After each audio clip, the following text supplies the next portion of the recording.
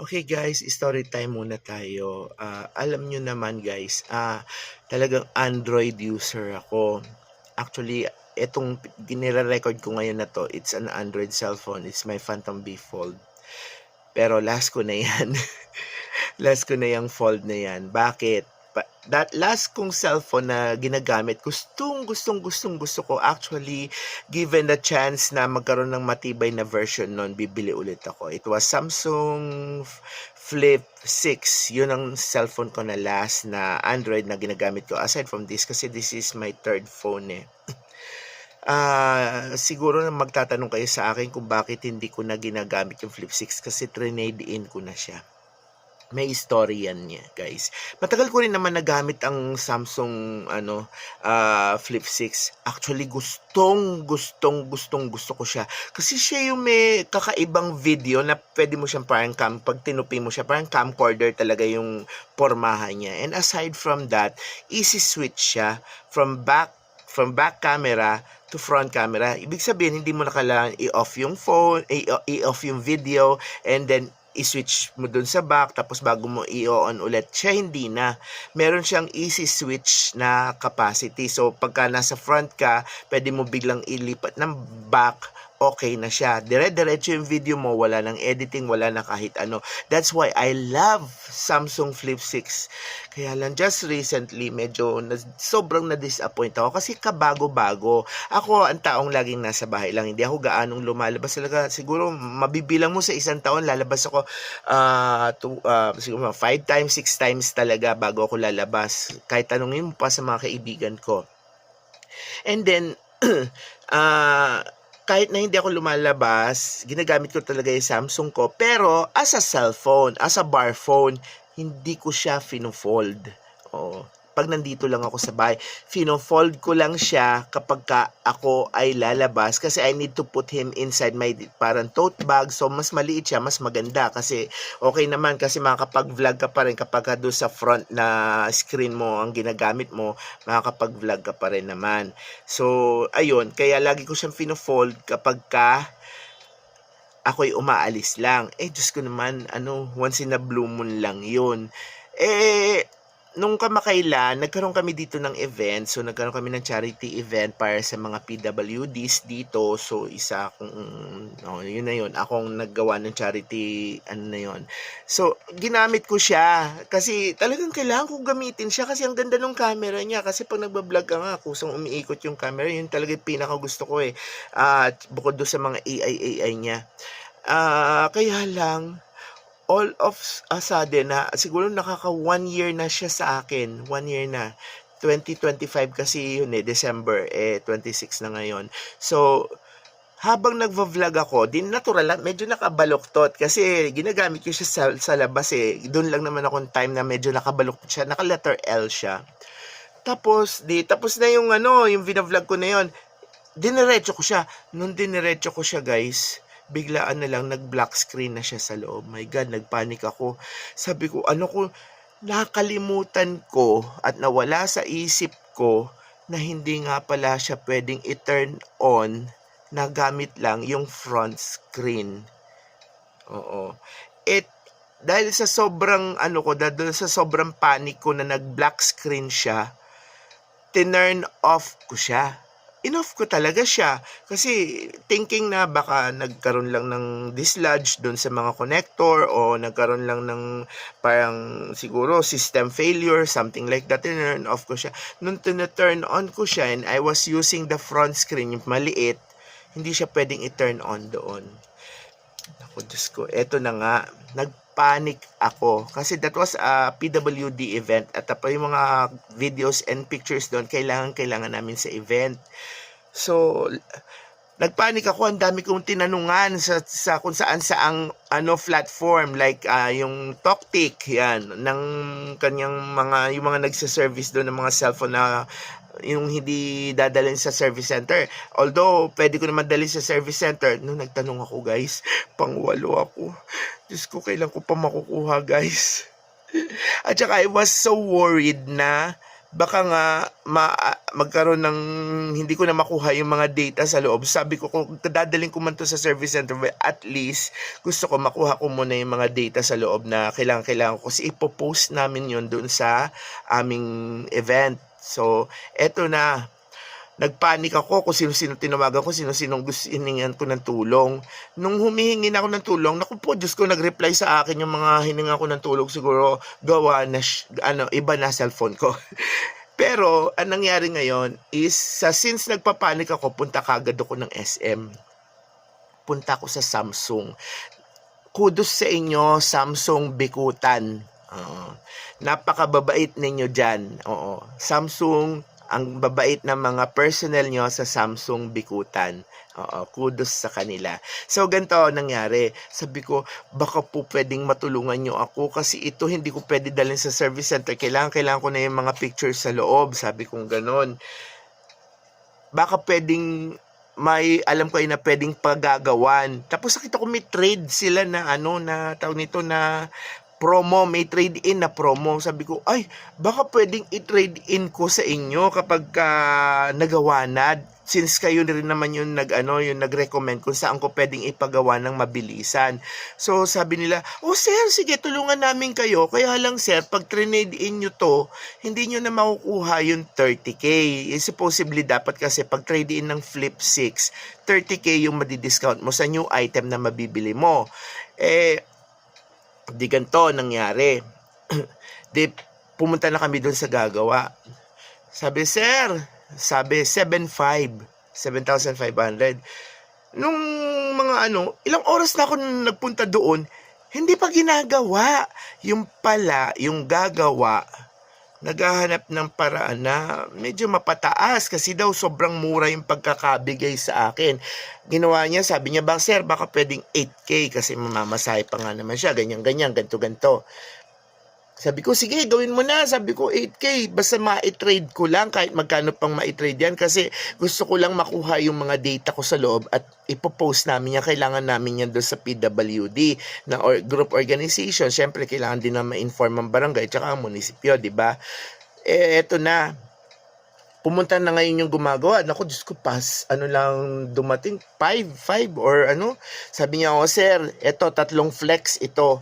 Yung pala, standard sa mga flip at saka sa mga fold na siya, talagang kusang lumulutong yung flex 1 year. Kasi yun daw yung na-experience silang mga nagpapagawa.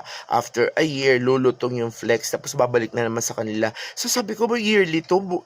Yearly to? Papalitan ko, bubuksan ko to yearly, papaayos ko. Yes sir, ganun talaga. Sabi ko, kaya ako bumili ng Flip 6 na yan kasi I thought the technology was already okay. Kasi last time na may mga flip na ganyan is yung mga Nokia pa. Sabi kong ganun.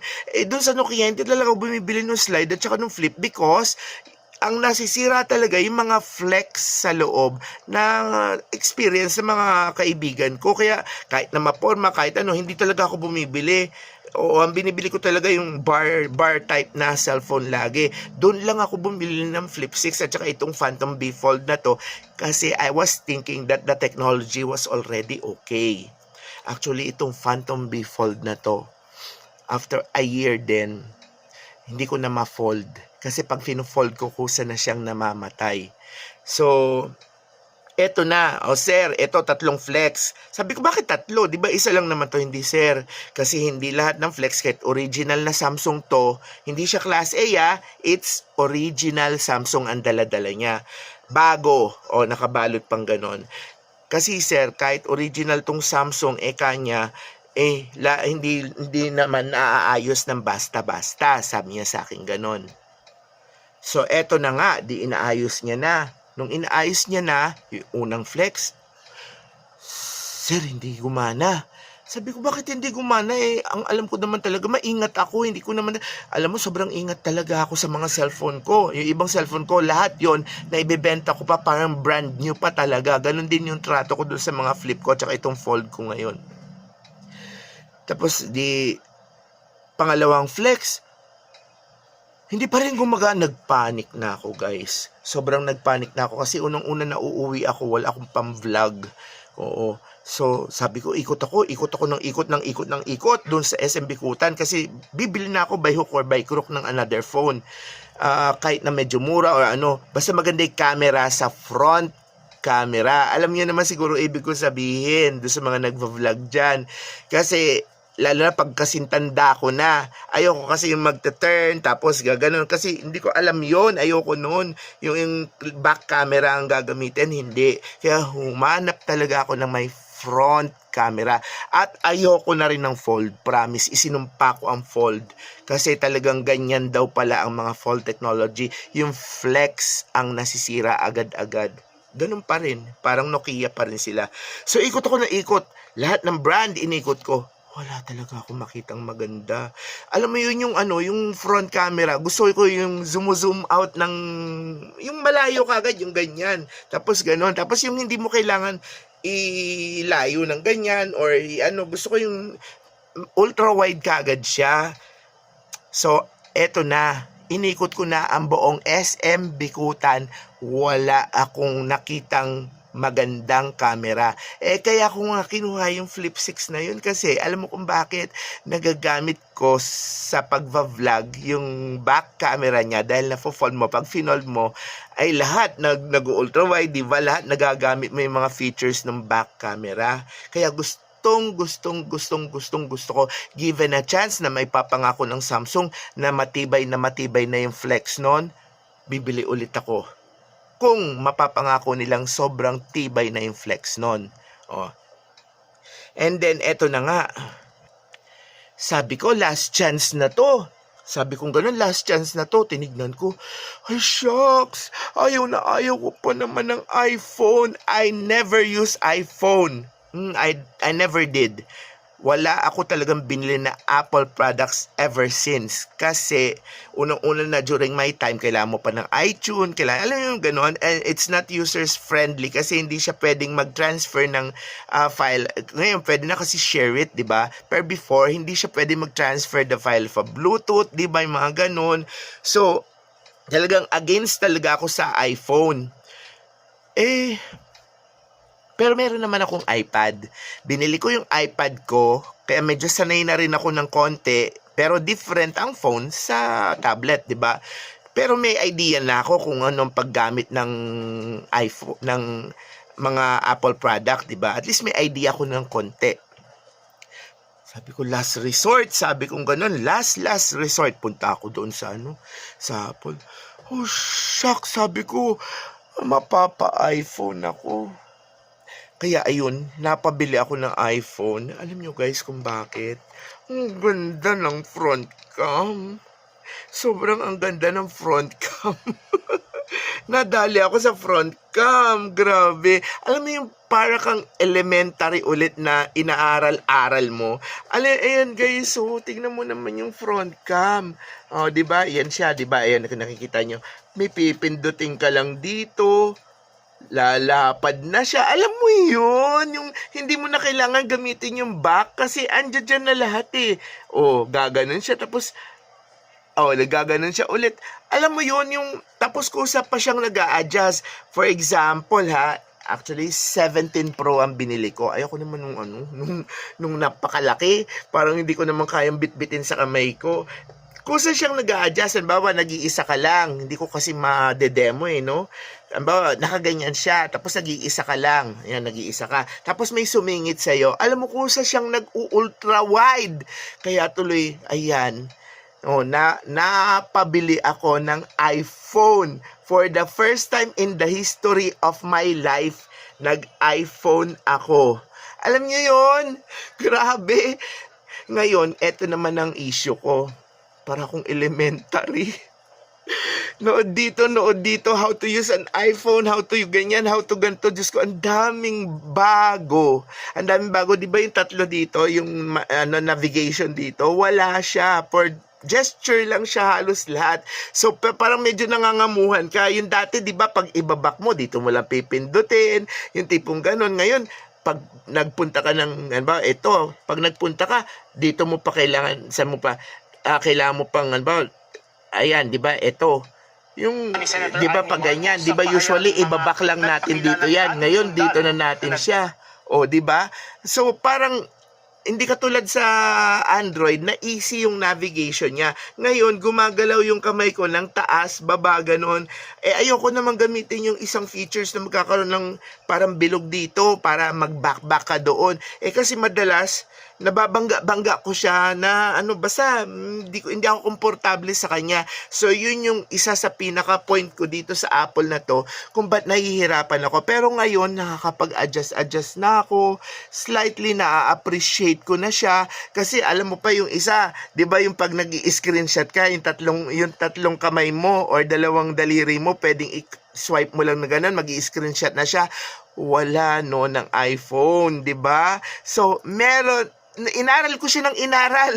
Need ko pa siya talagang aralin. Pero ngayon, ang screenshot niya ngayon, 3 tap na sa likod.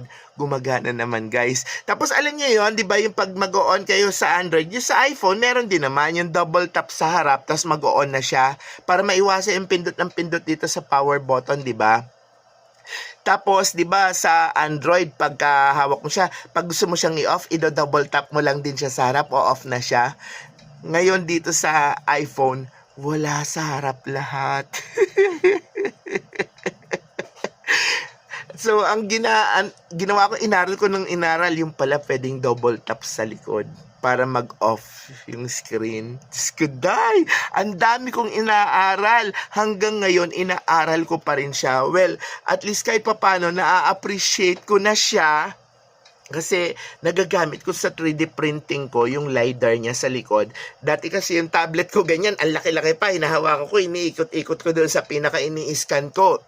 Ngayon hindi, cellphone na lang ginagamit ko, tina-transfer ko na lang doon sa isa. So ang pinakamaganda lang siguro dito sa iPhone na to, yung security niya, sobrang grabe, ang ganda. Sabagay may Find My Phone din naman sa Android almost lahat. Almost lahat din naman ata. Tapos yung features niya lang sa camera sa Android dati na yung meron double cam.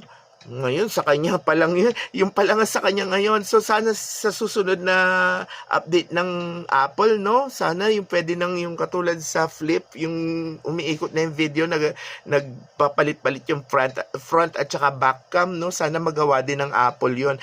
Nako, pag nagawa ng Apple yung promise, mag-a-Apple na ako lagi. Kasi ngayon, ang problema ko naman ngayon, pagka gamit ko yung yung Android ko, naloloka ako kasi napipindot ko to sa ibabaw kasi ganun sa Apple you need to do all the movement, hindi yung puros dito sa baba lang lahat. Ngayon parang nababalik-baliktad ko, Diyos ko, ibang klase na rin kapag jumojonda ka na. So eto na, anong nangyari? Binili ko to. Napilitan ang lola. Tapos balik ako doon sa nag-repair. Sa phone ko. Nung bumalik ako sa nag-repair sa phone ko, sir, pangatlo na. Sabi niya, baka LCD to, sir. Ay, Diyos ko, sabi ko, magkano LCD? 18K, may gulay, 18K ang LCD. Sobrang na-shock talaga ako, sabi niya. Pero sir, huwag kayo mag-alala. Meron ako ditong isa pang flex, sabi niyang ganon. Kaya lang sir, hindi talaga to gumagana. Ilang beses ko na tong ginamit, hindi ko lang nasosoli doon sa pinagkuhaan ko kasi nakakalimutan ko lagi dito. Eto na nga. Kinabit niya yung isang flex na sira na yon. Shucks, gumana! Grabe, gumana talaga. Promise, iyak. Halos mangiyak-ngiyak ako. It's already 7 p.m. 7:30 na niya nabuo ulit. Then, in-inform ko kagad yung Samsung na naayos. Makukuha ko yung data ko. That's why, napabili rin ako ng Samsung din. Kasi kailangan ko paglalagyan ng data. Ang hirap kasi mag-transfer sa Apple. Syempre, di ba?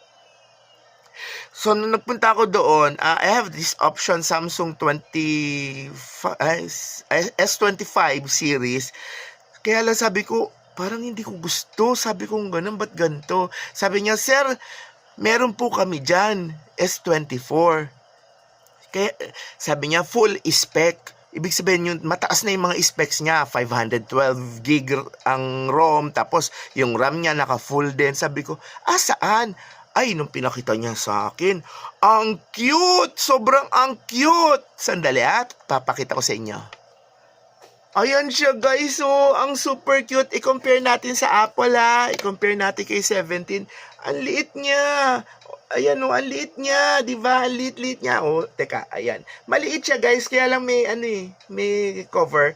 So, maliit talaga siya. Ang ganda-ganda niya, ang cute. Makikita niyo naman pagka maliit talaga siya. Ayun ang laki nun sa taas. Pero pag wala tong cover na to, mas maliit pa siya kasi napakapal yung bili ko kay ate na cover Kasi syempre, senior, kailangan ko tibay-tibayan lahat. 'Di ba? Alam mo na, minsan nababagsak Ayan, nung pumunta ako doon sa Samsung, in-inform ko kagad sila. Huy, nagawa na. Ay, naku, sabi ko sa inyo, thank God na i-transfer lahat dito. So, lahat ng data, nakuha ko, pati yung mga pictures, ayun, naipadala namin sa mga dapat pagdalhan. So, lesson learned, guys. Huwag muna kayo bibili ng mga foldable phone. Magastos. Biruin mo 8,000. Tapos siyempre magtitip ka pa, 'di ba? So wag muna kayo bibili ng mga foldable phones. Dapat sana Samsung din ang bibilin ko ng para sa akin kasi S25 na nga bibilin ko sana. Kaya lang Samsung, gandahan nyo naman yung front cam nyo. Para hindi na ako bibili ng ibang brand kasi nahihirapan talaga ako sa Apple. Pero na-appreciate ko na ang Apple ngayon. Parang lakas makatingin ng mga tao. Pero hindi ko na-appreciate doon. Yung tingin na yun. Alam niyo yung feeling mo na dati naka-fold ako kahit saan lang nagpupunta ako. Pero bakit ba ganun? Pero siguro yun yung hinahanap ng ibang tao, no? Yung parang feeling ko laging mananakaw yung telepono ko. Ganun. Samantalo doon sa fold, kahit saan nagpupunta ako, although mahal na rin yun, Nasa 70 plus na, mag-80 na yun, di ba? Yung iPhone ngayon, parang pansinin, lalo na sa mga bata. Ba't ganun? Kaya nga hindi ko kinuha yung orange Ang pinansin ko talaga yung low Q, yung parang hindi siya pansinin. Yun lang ang napansin ko. Kaya medyo pagkadala-dala ko yung iPhone ko, nagdadala ako ng ibang cellphone. Siya yung main ko na pinamba-vlog, pero nagdadala pa rin ako ng ibang cellphone. Tapos, lalabas ko lang siya pag secured yung area. Natatakot ako, guys. Palipasin ko siguro siya para ma-expire na yung pagiging bago niya. By then, pwede ko na siyang ilabas anytime. Kayo, nasa isip ninyo? Tama bang ginawa ko? Nag-iPhone ako o dapat nag-stick na lang ako sa Samsung? Hindi pa rin kasi maganda yung camera nila. Ganun pa rin. S25, ganun pa rin. S24, ganun pa rin. So, siguro, next time, tatlo naman ang cellphone na kailangan ko Itong B-fold ko, di ko na rin mapapakinabangan na i-fold Kasi, palagay ko yung flex, wala na rin. Malutong na. Biruin mo guys, hindi mo na nga fino-fold. Itong B-fold ko na to, ito na yung ginagamit kong tablet ko. Hindi ko na nga fino-fold, pero nasira pa rin. Lagi lang siya nandito sa bahay. Hindi ko ginagamit yan. Paglabas-labas, hindi ko ginagamit yan. Dito lang yung sa bahay. Ginagamit ko lang siya parang tablet ko. Kasi parang ang ganda-ganda niya. Hindi maliit, hindi malaki, ganun. Pero ayaw ko na. Lesson learned, guys. Huwag na kayo munang bibili ng mga phone. Wag na wag. Unless siguro may pambayad kayo kapag nasisira. Swerte yan, di naman siguro. Pero in my case, dun sa pinagpagawan ko, ang dami daw. Ang dami. Minsan nga daw yung Flip 7, sira na. So, don't ever buy fold at saka yung mga flips. Wag muna.